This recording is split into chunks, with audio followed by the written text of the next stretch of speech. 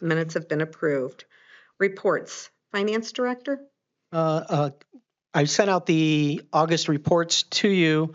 The banking report shows that we had a little over $22 million at the end of August. Just so everybody is aware, 21 million of that is all invested either in short or long term, and the weighted average on that 21 million is 4.43%. Of that 22 million, if you look at our combined report, it tells you all the different funds. Of that, we have 11 million, or actually we have 12.8 million in the general fund. 11 million is unencumbered.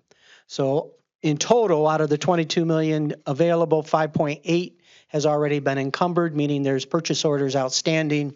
So we have a remaining unencumbered balance of 16.7 million currently. We do not issue purchase orders for salaries and benefits, so those dollars are also used to pay all of our team members salaries and benefits, and that is not part of the 5.8 million of encumbrances. In terms of revenue through August, all of our, I would say 99% of our property tax receipts are in for the year. We might have some mobile home tax still hanging out there. And we've collected 101%, almost 102% of what we had forecasted.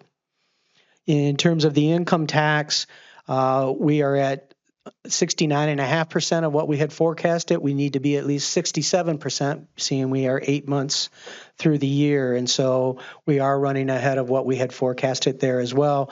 I can also share with you that we are up just under 5% on the income tax year to date compared to last year. In the enterprise funds on page 15, actually page 16, page 14,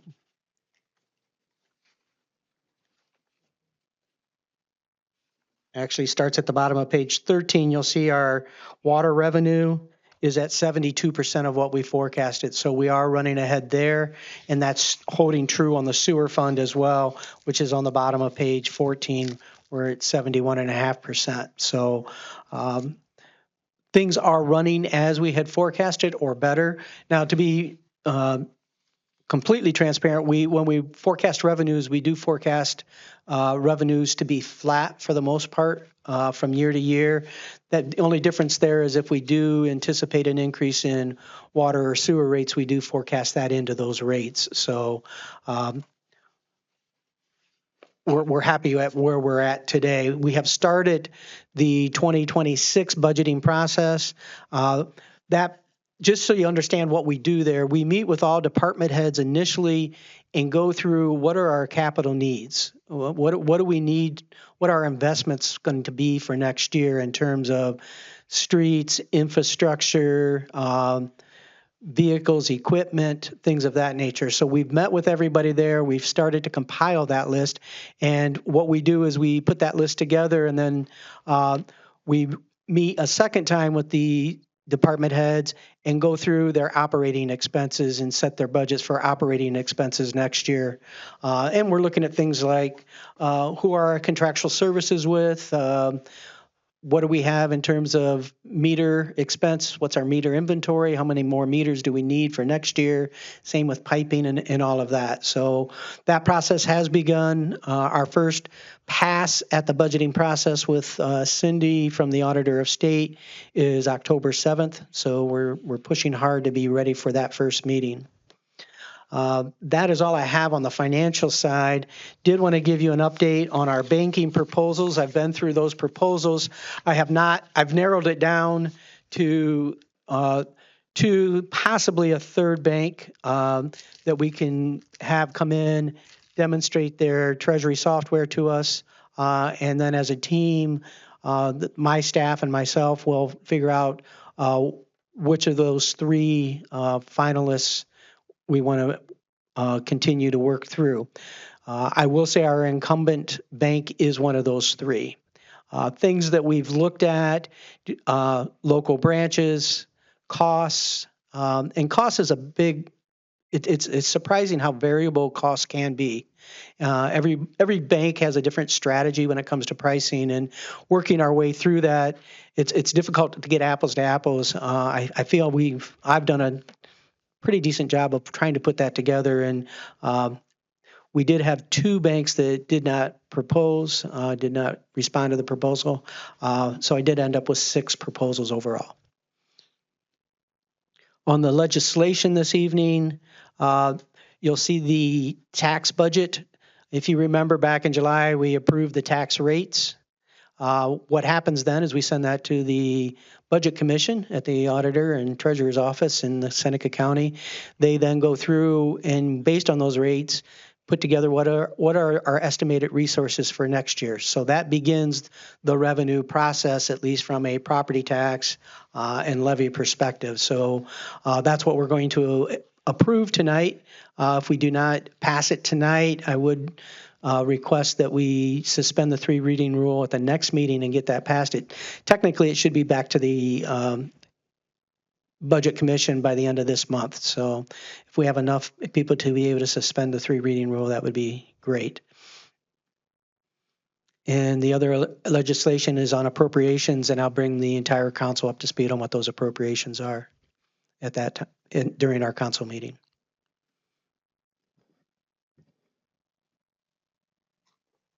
Thank you. I have a question for you. I know that one of the things that was driving our water treatment cost going back a few years, it was the COVID period, I believe. There were tremendous increases in that period of time, as I recall, beyond what was budgeted significantly, I believe. Is that stabilized? Is that a major factor yet or not? I would be in a better position if I talked to our water superintendent to give you that answer. But I can tell you from a budgeting perspective, if you look at the 5-year trend on our chemicals, yes, we've consistently seen an upward trend, and it did spike during COVID. What did not happen, though, is it didn't drop back down. It pretty much stayed there, and they continue to increase, but at the pace, it's not as quick as it was back during the COVID period. But those prices didn't come back down.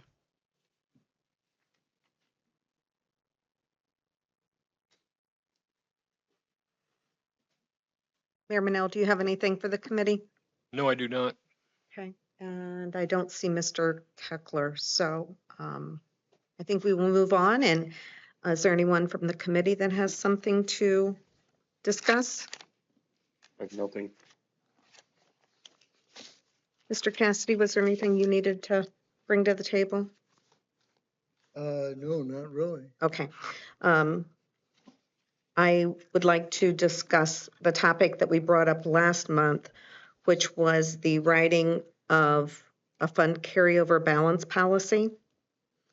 And I had sent a draft out to everyone to potentially bring suggestions or feedback to that first draft. I will say that when we left the meeting the last time, we were looking at 2 separate policies.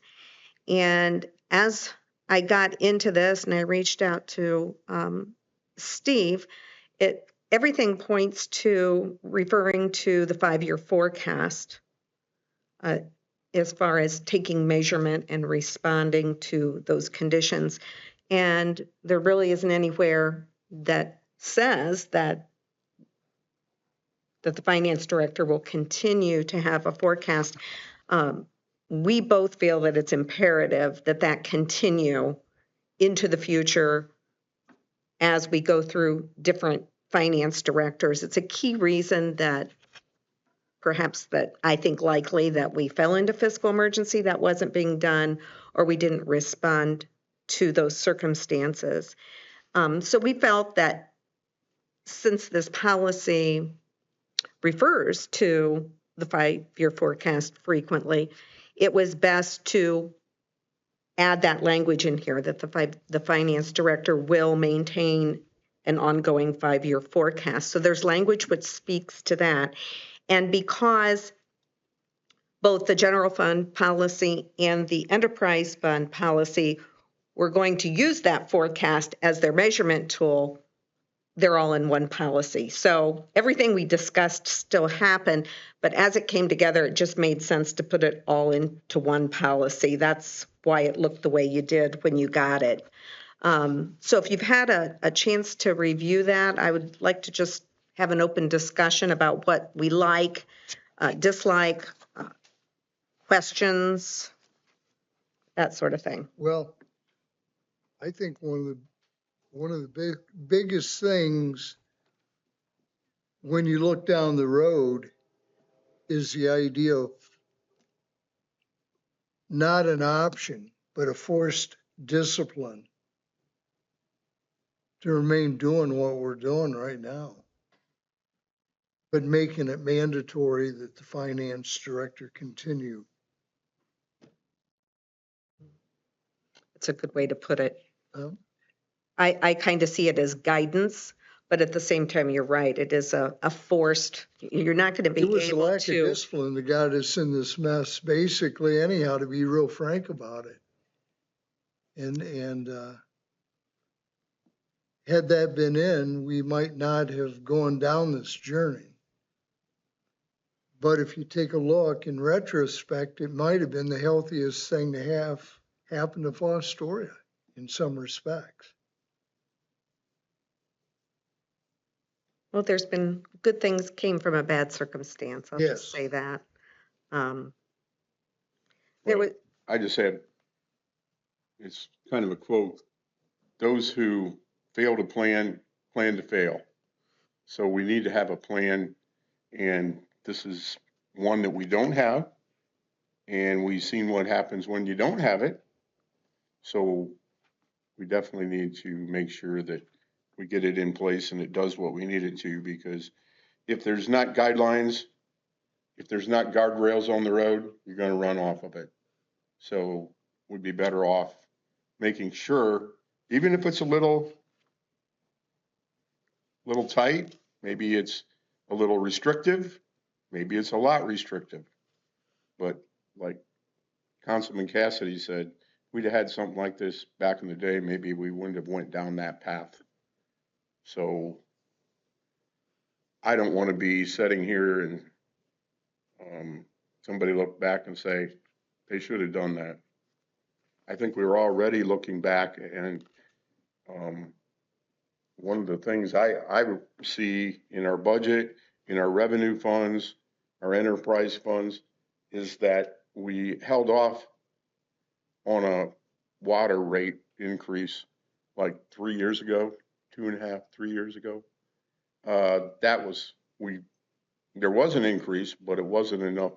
If we'd have had that full amount in place, we'd have probably been out of this state thing right now. The issue with it is that it falls on the backs of the citizens, but in the long run, it always does. So the sooner we can get out of it, not pay them what we pay them, have a plan in place going down the road for, carryover, I think we're done our due diligence, doing our due diligence. well, I think at this point, I'd just like to kind of hit the highlights of this policy to give you an opportunity to provide feedback. So in general, the general fund, we've set a threshold to equal or exceed 30% of the previous year's operating expenses.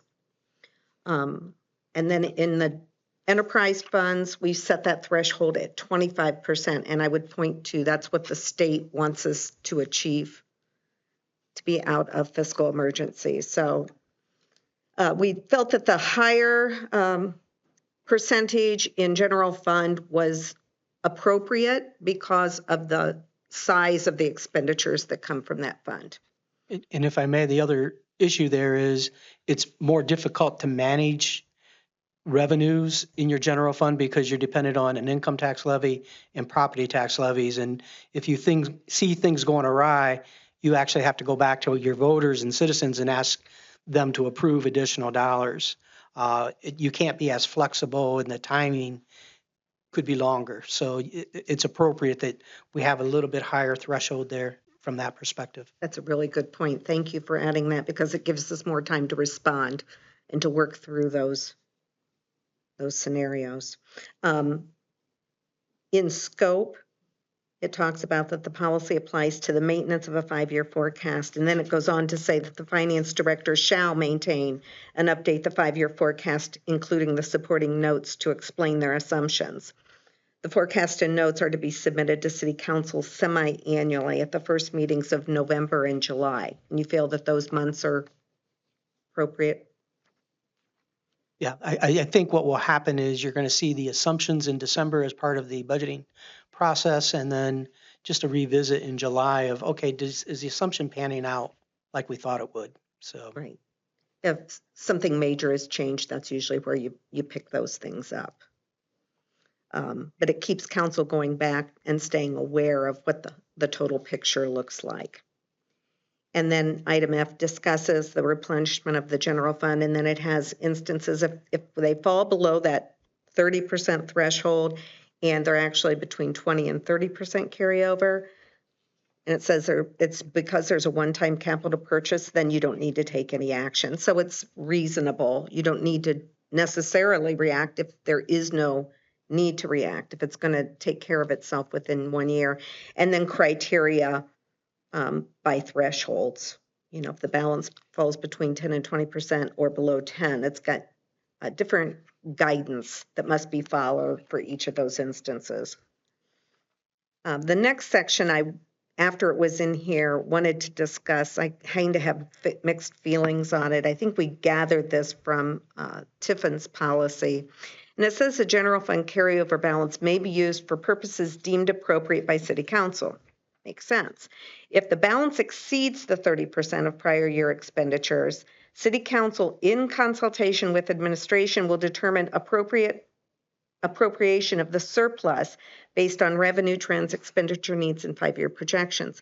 And the only thing that concerns me about that, if you look at where we are right now, we have larger carryover balance because we are delaying some major repairs, some street repair, for example, while they identify the lead lines, because it would be irresponsible to replace a street and then dig it up to replace a lead line.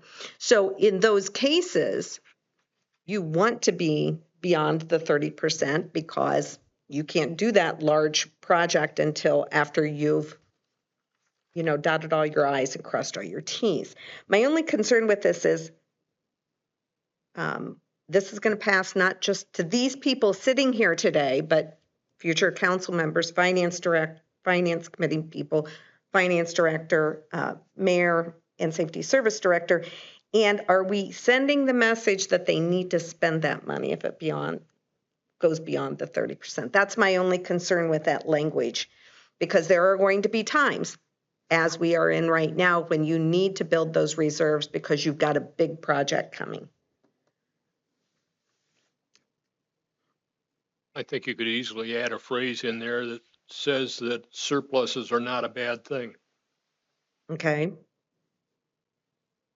I mean, you can phrase it any number of ways, but I think that message is important to be a part of the policy. Well, I think we know from working with Vital Street, the state, that they're 3, 4, 5 years out in their planning. So just because we have a surplus, we might be waiting on them to finish a project or, to do a project that we would have to spend some of that money on. So we probably wouldn't want to just send it out there for something else. And knowing that a year and a half, 2 years from now, we got a big one coming. So somewhere in there, yes. I have a grandson that says that would be doing it willy-nilly.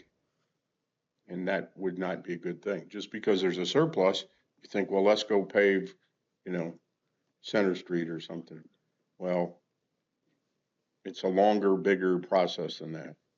Well, and that's a good point, because if you don't have the matching funds available, they'll pass you on the project and you won't get it until the next cycle. The same thing goes with grants. Correct.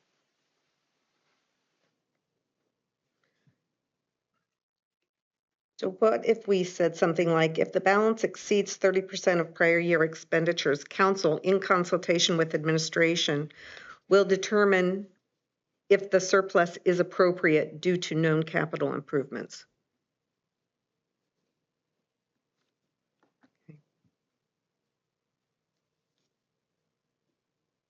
I don't know. It might be tying your hands a little bit, Too much? maybe. Is the 30% in the current year, or is the 30% in the fifth year of the 5-year plan? Because that's a huge difference. Because as General you, fund carryover balance, I think in the year you're finishing. yeah, and so I think if there's some way you can incorporate that fifth year of your 5-year Okay. plan, because that's really telling you if you have more than 30% carryover after your 5-year plan, you may want to be challenging your carryovers at that point, quite frankly. I mean, if you're out there 5 years, you're going to know and you're going to be planning those capital projects out that far. I don't anticipate for a very long time any city being able to carry those kind of funds over 5 years out, because the infrastructure requirements and the EPA requirements are going to chew up your balances. It's just a matter of when are you going to just spend them? Mm-hmm. That at the end of the day, you're going to have to spend them. There's going to be a point in time where the city's going to have to make major investments in a water plant. Mm-hmm. Did it in the sewer plant. If you can wait till the sewer plant's paid off and do the water plant, great. But there's going to be, I mean, those projects exist. They're not going to go away. But if you put those projects out there and now you're still 30% over, then I think you got to ask yourself why. But I don't think you My can do it. personal I don't think you I'd can like do to it year to remove year. that section. I don't think you can do it year to year. How do you That's not feel appropriate. about it as a finance director? And if you want to be consistent moving forward, because would you want that in there? I'm like I you. want clarification on what the 30% is. If it's a 1-year carryover, I think that should probably come out. If that's a 5-year, It's not. then that's maybe what you It's should not. consider. Maybe that's what you should The consider. general fund carryover balance, that's that year, Yeah, and that's, shall equal 30% of the previous year's operating expenses. Because we've referenced the previous year. If we're going out 5 years, that's not going to. maybe the language should take into account if you're over the 30%, you need to refer back to your 5-year plan to see how that's going to work its way through the next 5 years. Is it going to continue to grow? That's a good Or way is it to going approach to it. Yes. be eaten into because you have these projects you've got planned out there that you're saving money for? And you could be And that's, saving it for 2 years. yeah, and that's the What beauty, yeah. But that's the beauty of a 5-year plan. It gives council, the public, the administration, a view of where we're going as opposed to making decisions meeting to meeting, year to year. Yeah, we have to be beyond that. We have to be looking longer term. One of the things that I think about a lot, and I don't think the public thinks about it much because it's something you don't see. And that's the amount of infrastructure that this city and other cities, every city has underground. Your water and sewer lines. Look at the money that we spend at the drop of a hat simply because these lines just give up. I mean, they're old, especially in the winter. We get hit pretty hard. Am I missing it, or? It's just one scenario that could really create havoc for a year or 2 years. Seems like it comes and goes. I don't think it, 50, I don't think it 100,000. comes and goes. I think it's always there. It's a case of, do you keep patching something, or do you finally just replace it? Yeah. I mean, everybody knows, everybody in here probably has a car, and there's a certain point in life of that vehicle that it's a point of no return. I mean, you're just gonna keep putting money in it, and you're not gonna get anything back out of it. You're not gonna have anything in the end. So at some point, you have to spend major money to replace things. I know we do that now, you know, when there is a breakage or repairs, but If council approves the OPWC legislation that's on the agenda tonight, we know what that project's going to be, and it is it's North Street, and we've had multiple repairs there, and it's just now time. We're going to spend that project. The engineer's estimate on it is $1.8 million. And that's just a one little section Yeah. that we have to replace on North Street. And so, Well, I like your suggestion about referring back to the 5-year forecast because as a finance director or a treasurer, you always are trying to save for that rainy day. However, what we're saying here is that if the balance exceeds the 30% of prior year's expenditures, council, along with the administration, should refer to the 5-year forecast to evaluate that they're employing capital improvement opportunities. Meaning you don't want to save so much. You need to continue your investment in your infrastructure. Don't just sit on the funds either. But yet, and I'm going to be cautious when you add employees, for example, don't take that and think we've got to add employees because that's just a cost that continues and continues and continues and always goes up. Not to saying that you shouldn't if there's a need, but this does give guidance then that if you're getting beyond that 30%, you look to your forecast to determine that you're taking advantage or utilizing capital improvement opportunities. So would you be comfortable with that sort of language in that section? I think you've got it down where it needs to be now, Okay. because year to year is gonna vary a lot. Okay. And then from that point, it moves on to the replenishment of enterprise funds, and there's the 25%. There is language in here that says if you fall below that threshold just due to a one-time capital purchase, no action is required if the reserves are restored within 1 year. Meaning that you might not need to employ a rate increase to citizens if you can see through your forecasting tool that it's going to take care of itself.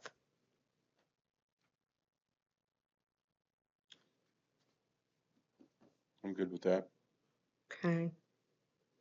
The finance director is responsible for monitoring and reporting to city council.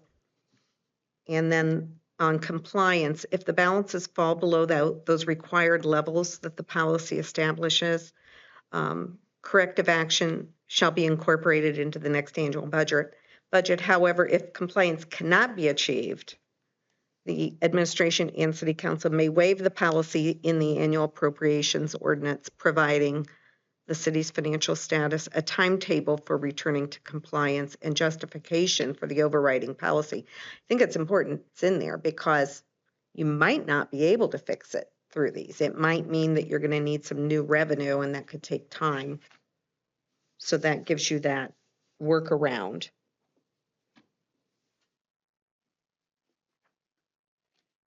And then the policy is to be reviewed every 5 years by city council to ensure alignment with the city's financial needs.